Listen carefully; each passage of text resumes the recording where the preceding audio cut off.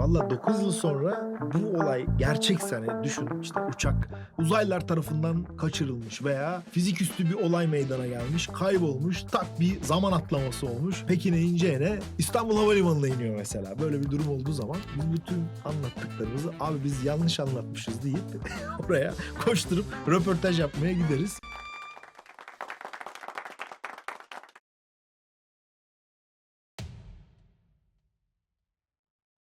Abi merhaba, hoş geldin. Hoş bulduk, merhaba. Tolga abiye sorduk serimizin yeni bir bölümündeyiz. Havacılık tarihinin en ilginç kazalarından, olaylarından birini bugün konuşacağız. Kayıp Malezya uçağı. 7 Mart 2014'te Kuala Lumpur'dan kalkan uçağa ulaşılamadı. Bu olay nasıl oldu? Valla havacılık tarihinin aslında enkazına ulaşılamayan en önemli kazalarından bir tanesi Malezya Hava Yolları'nın bu 11 yıl önceki olayı. Şimdi kaza mı değil mi, kaçırıldı mı, bir intihar mı gerçekleştirdi pilotlar bunu bilmiyoruz. Niye? Bunu tamamen bulabilmek için uçağın enkazına ulaşmak gerekiyor. Bu da çok enteresan bir olay. 239 yolcu ve mürettebatıyla Kuala Lumpur'dan geniş gövdeli bir Boeing 777 tipi uçak kalkıyor ve Pekin'e gidecek. Enteresan da bir yolcu profili var. Çinli epey zenginler var uçakta. Kuala Lumpur'a tatil için gelmiş ve dönüyorlar. Ve uçakta da uçağın kargosunda da belirli bir miktar işte altın ve paranın olduğu da ifade ediliyor. Uçak kalkıyor. Malezya hava sahasını terk edecek. Tam Vietnam hava sahasında kontrolörle temas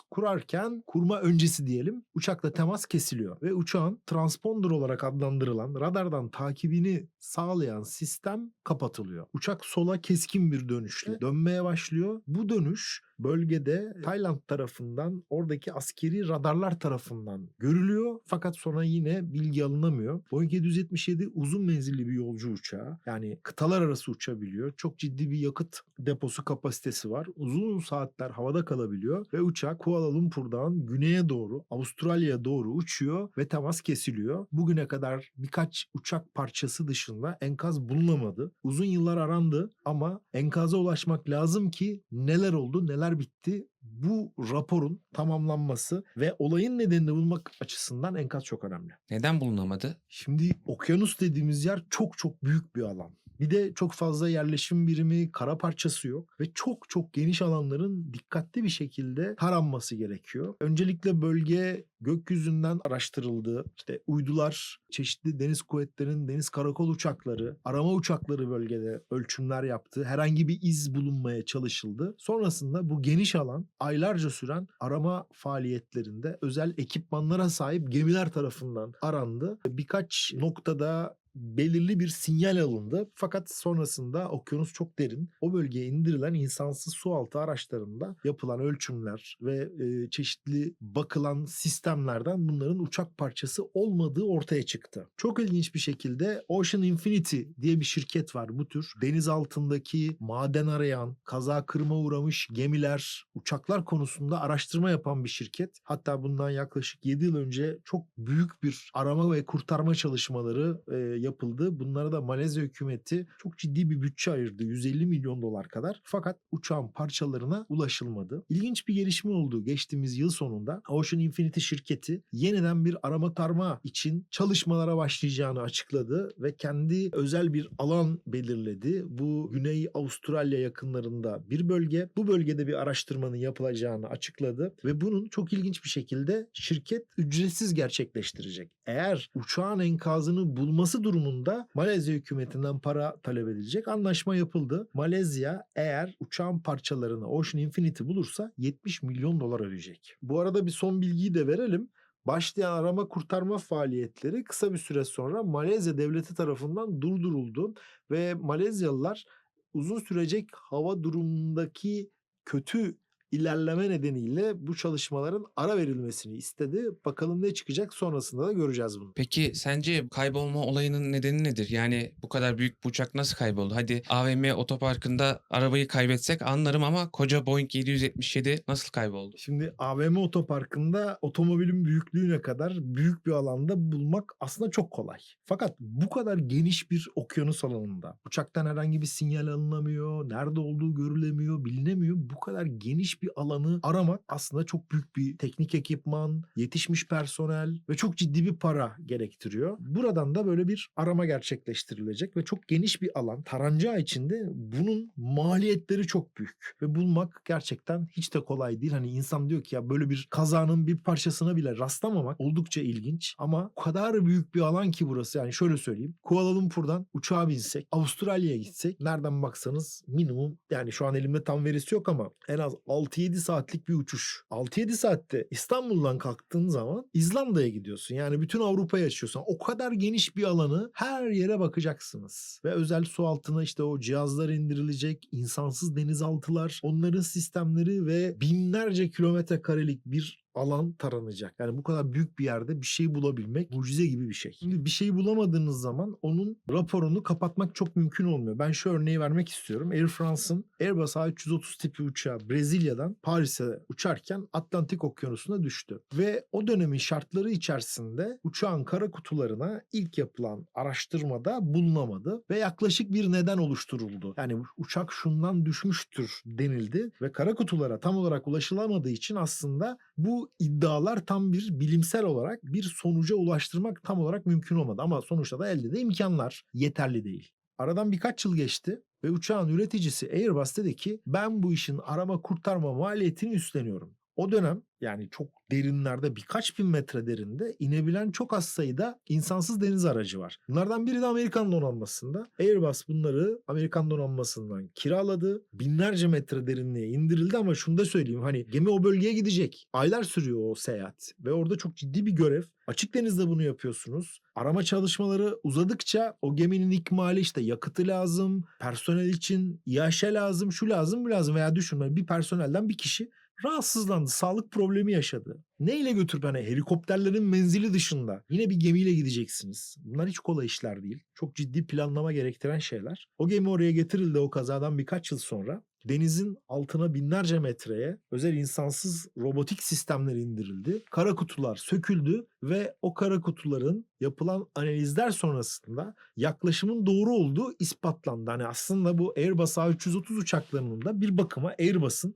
hani uçakla ilgili sistemlerle ilgili bir sıkıntı yok, İşte onun da ispatı budur demek için yaptığı çok ciddi bir yatırım. Boeing de o zaman bu arama kurtarmanın içerisinde her zaman. Şimdi şöyle, uçak kazalarında o ülkenin sivil havacılığı, kaza kırım ekipleri çalışıyor. Aynı zamanda bilgi almak amacıyla uçağın imalatçısı olan kimse, işte hangisi, mesela bu kazada Boeing. Uçağın motorlarının üreticisi de bu kaza kırım raporları içerisinde yer alıyor. Ama buradaki veriler, alınan bilgiler biraz böyle bir kendi açımdan hani neden oldu gibi sorusu benim de aklımı çok kurcalıyor. Pilot dediğim gibi intihar etmek mi istedi? Uçağı kaçırmak mı istedi? Ne oldu orada? Yani biraz teknik problemlerden kaynaklı bir sorun yok gibi duruyor gelen bilgilere göre. Burada da uçağın sistemlerinin ispatı açısından. Yani muhtemel bu iş ya böyle bir pilot intiharı ya bir kaçırılma, bir şeye doğru gidiyorsa eğer, Boeing uçaklarla ilgili burada bir herhangi bir sıkıntısı yok gibi. Hani Airbus'un daha önce yaşadığı olayda olduğu gibi. Hani ben bu uçağı buldurayım, şu kadar parayı vereyim gibi bir yaklaşım söz konusu değil açıkçası. Bir takım radar sistemleri de uçaktaki kapatılmış sanırım otomatik olmasına rağmen. Bu sistemler olmadan yerdeki radarlar uçağı takip edebiliyor mu? Bu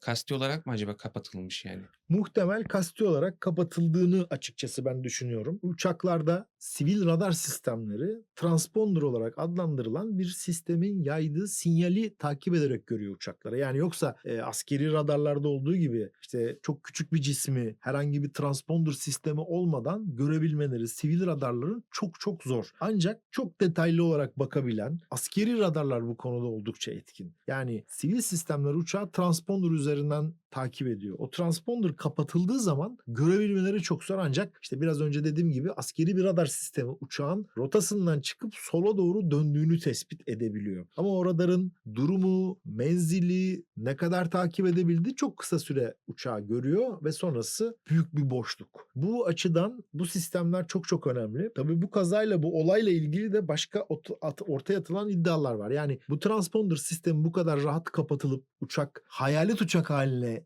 gelince ne yapılması lazım? Acaba uçaklar uydulardan mı takip edilmeli? Başka sistemler, başka veriler mi gitmeli? Mesela uçağın motor veya uçuş verileriyle ilgili bazı sistemler uyduya gidiyor. Zaten bugüne kadar söyleyebildiğimiz bazı bilgiler de bu uyduya gitmiş, gelen o bilgiler üzerine bir şeyler söyleyebiliyoruz. Belki de artık uçakların takip sistemlerinin değişmesi gerekiyor. İşte Flight Radar 24 diye bir sistem var. Bugün bakıyoruz, herkes verileri paylaşılabilen uçakları buradan görüyor. Ama her şey o kadar dünyada kolay değil ne yazık ki. Bu uçağı uzaylılar kaçırmış olabilir mi? Yak kardeşim yak. Ya da Elon Musk bir deney yapıyor olabilir mi? Uçağı Mars'a göndermiş mesela, olabilir mi? Allah seni kahretsin Bill Gates. Bu kazayla ilgili çok fazla komplo teorisi var. Biz tabii elimizdeki verilerle, somut verilerle bir şeyler açıklamaya çalışıyoruz ama uçağı bulamıyoruz. Uzaylılar mı kaçırdı? Buharlaştırdılar mı? Başka bir yere mi götürüp indirdiler? Şu an bunu bilemiyoruz. Sence bulunacak mı bu uçak? Eğer çok geniş bir alan, çok ciddi bir bütçeyle taranırsa ben bulunacağına inanıyorum. Ama ne zaman buluruz? Veya akıntıdan bir gün gövde parçaları başka bir yerde daha büyük parçalar çıkmaya başlarsa belki o gün gerçekten bu uçağın düştüğüne inanmaya başlayacağız. Biz bugün en ilginç kayıp uçaklardan birini konu edindik. Bulunamayan başka uçaklar da var mı? Havacılık tarihinde aslında bulunamayan çok sayıda uçak var. Özellikle eski tarihlerde, yani bu arama kurtarma faaliyetlerinin daha kısıtlı olduğu dönemlerde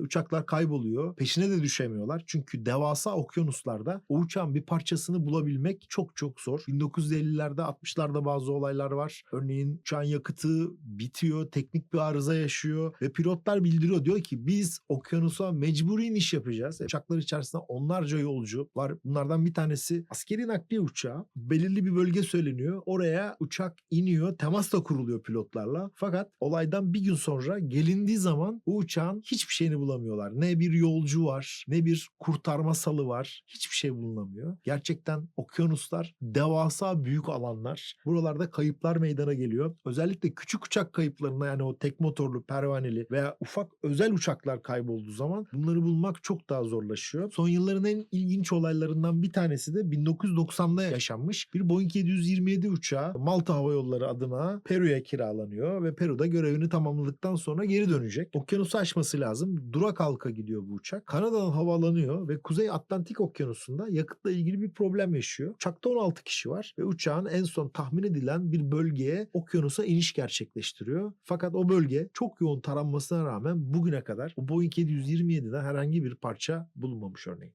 Lost dizisindeki gibi hiç bilinmeyen bir adaya, bir ülkeye gitmiş olabilir mi bu uçak? Bir anda geri dönebilir mi? Manifest diye bir dizi var. Orada da uçak 20 yıl sonra bir yere iniyor ve bir anda gelecekte buluyor yolcular kendini. Şu an 11 yıl oldu uçak kaybolalı. 9 yıl sonra bu videoyu tekrar çekelim. Tekrar bakalım. Şimdi tabii şaka kısmı bu. Lost'un arkasından bu kaza meydana gelmişti. Çok ciddi tartışılmıştı o dönemlerde. Lost'ta da yine bir Boeing 777 havada parçalanıyor. Bir bölümü bir adaya iniyor. Fakat o adayla dış dünyayla hiç temas kuramıyorlar ve o adada çok ilginç olaylar meydana geliyor. Bizim zamanımızda Lost gençliğimizin çok önemli dizilerinden bir tanesiydi. Tabii bunların hepsi film, dizi. Bir şey diyemiyoruz. İspat edilmiş bir olay yok. Ben burada daha çok ayağı yere basan, bilimsel olarak açıklanmış. Uçağın parçası nerede? İşte o parça buldunuz mu? Tamam. Uçağın enkazına ulaşıldı mı? Hayır. Kara kutular nerede? Bunlar bulunduğu zaman muhtemel bu olayın bütün esrarengiz durumu ortaya çıkacak diye düşünüyorum. Diyelim ki gerçek oldu bu. 9 yıl sonra indi uçak. Biz oradaki yolcularla tek tek röportaj yapar mıyız? Nasıl bir video yaparız? Valla 9 yıl sonra bu olay gerçekse, hani düşün, işte uçak